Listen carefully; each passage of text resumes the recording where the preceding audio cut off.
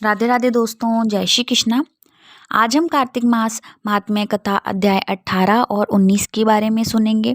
तो आइए शुरू करते हैं कार्तिक मास महात्म्य कथा अध्याय 18 की कथा। लिखता हूँ माँ पुराण की सीधी सच्ची बात, 18वां अध्याय कार्तिकेय मुक्ति का वरदान। अब रौद्र रूप महाप्रभु शंकर नंदी पर चढ़कर युद्ध भूमि में आए। उनको आया देखकर उनके पराजित गण फिर लौट आए और सिंहनाद करते हुए दैत्यों पर प्रहार करने लगे। भीषण रूपधारी रुद्र को देख दैत्य भागने लगे। तब जलंधर हजारों बाण छोड़ता हुआ शंकर जी की ओर दौड़ा। उसके शुंभ निशुंभ आदि वीर भी शंकर जी की ओर दौड़े।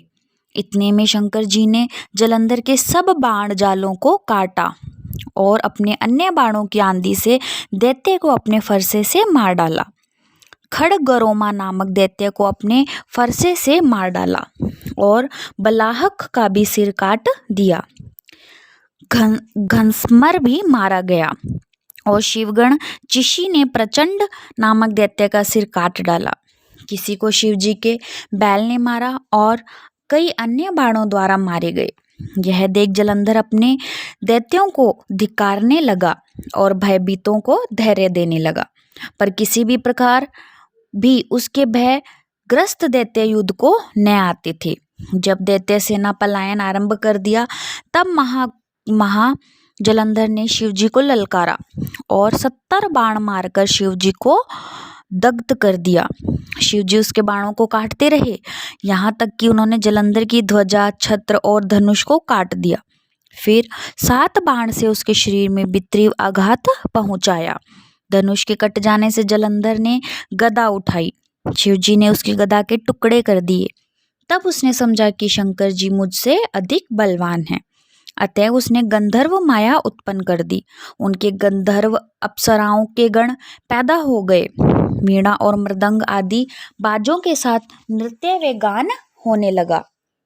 इससे अपने गणों सहित रुद्र भी मोहित हो एकाग्र हो गए। उन्होंने युद्ध बंद कर दिया। फिर तो काम मोहित जलंधर बड़ी शीघ्रता से शंकर का रूप धारण कर वृषभ पर बैठकर पार्वती के पास पहुंचा। उधर जब पार्वती ने अपने पति को आते देखा तो अपनी सखियों का साथ छोड़ दिया और आगे आई।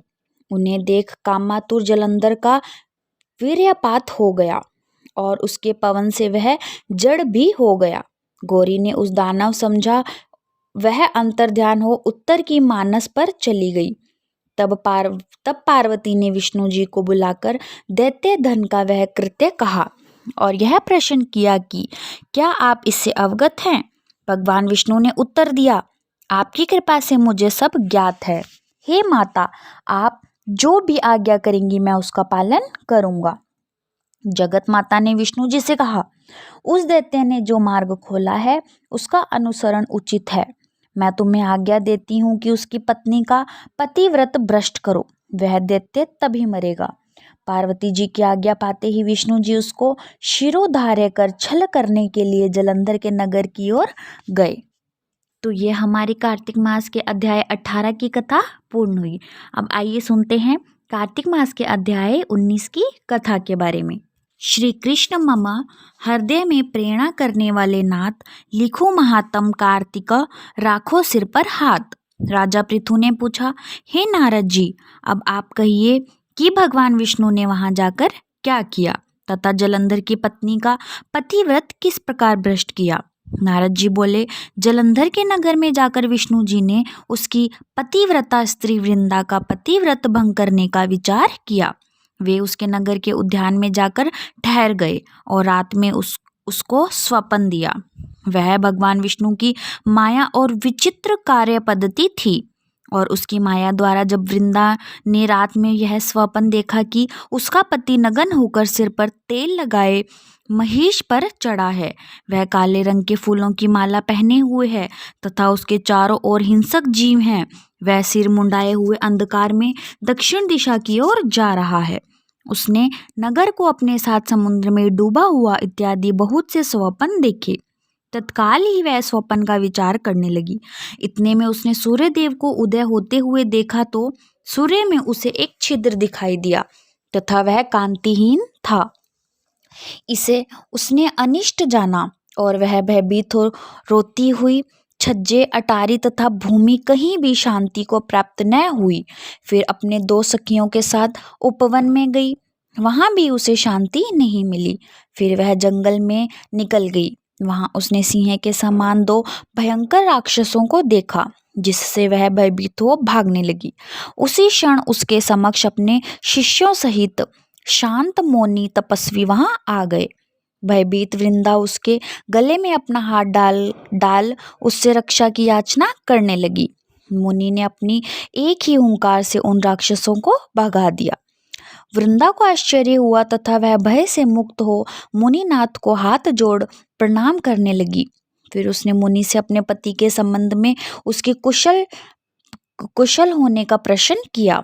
उसी समय 2 वानर मुनि के समक्ष आकर हाथ जोड़ खड़े हो गए और ज्यों ज्यों ही मुनि ने भ्रूकुटी संकेत किया, त्यों वे उड़कर आकाश मार्ग से चले गए। वे जलंधर का सिर और धड़ लिए मुनि के आगे आ गए। तब अपने पति को मृत्यु हुआ जान वृंदा मूर्छित हो पृथ्वी पर गिर पड़ी और अनेक प्रकार से दारुण विलाप करने लगी।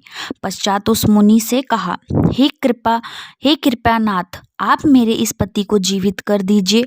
पतिव्रता दैत्य पत्नी ऐसा कहकर दुखी श्वसन को छोड़कर मुनीश्वर के चरणों में गिर पड़ी। तब मुनीश्वर ने कहा, यह शिवजी द्वारा युद्ध में मारा गया है, जीवित नहीं हो सकता, क्योंकि जिसे भगवान शिव मार देते हैं वह कभी जीवित नहीं हो सकता।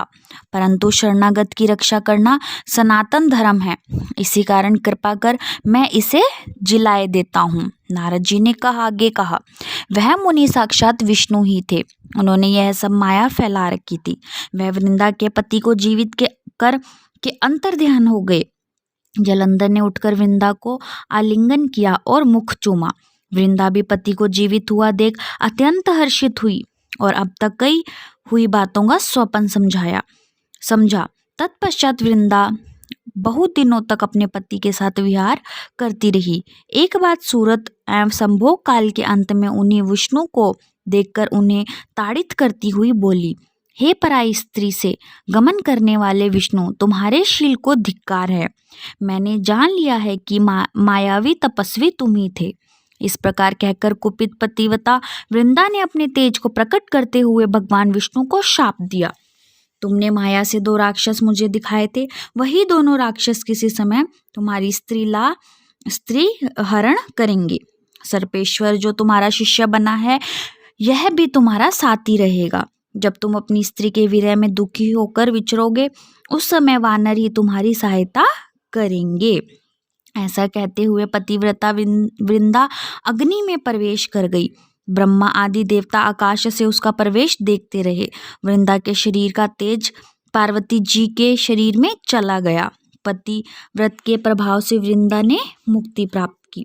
और इसी के साथ हमारी ये कथा अध्याय 19 पूर्ण हुई। और आप लोगों को हमारी ये दोनों कथा कैसी लगी, आप लोग हमें कमेंट करके ज़रूर बताएं। हम और कहानी सुनने के लिए हमारे चैनल को लाइक करें, सब्सक्राइब करें और ज़्यादा से ज़्यादा शेयर करें। धन्यवाद। राधे राधे।